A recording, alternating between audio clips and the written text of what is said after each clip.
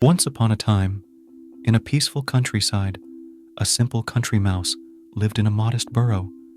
He enjoyed a life of simplicity, feasting on the fresh, natural food that the countryside offered: grains, roots, and occasional fruit. One day, his cousin, the town mouse, paid him a visit.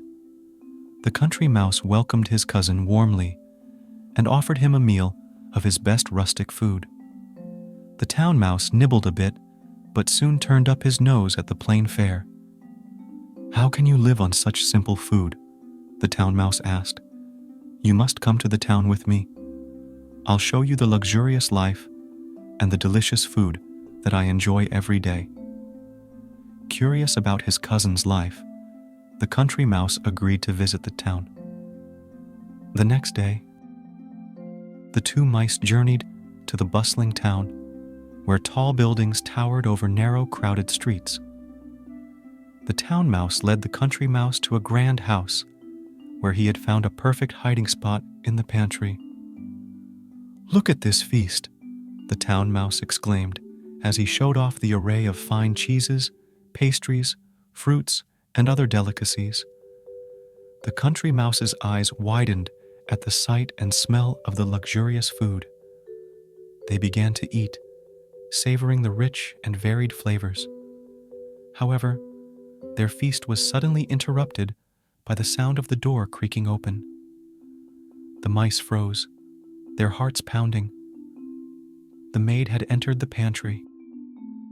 The mice darted back to their hiding spot, narrowly escaping her notice. Once the maid left, the town mouse resumed eating, but the country mouse was still shaken. He tried to enjoy the food, but every noise made him jump.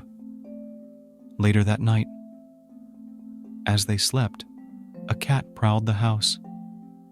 The town mouse woke the country mouse, and they had to scurry and hide, their hearts racing as the cat searched for them.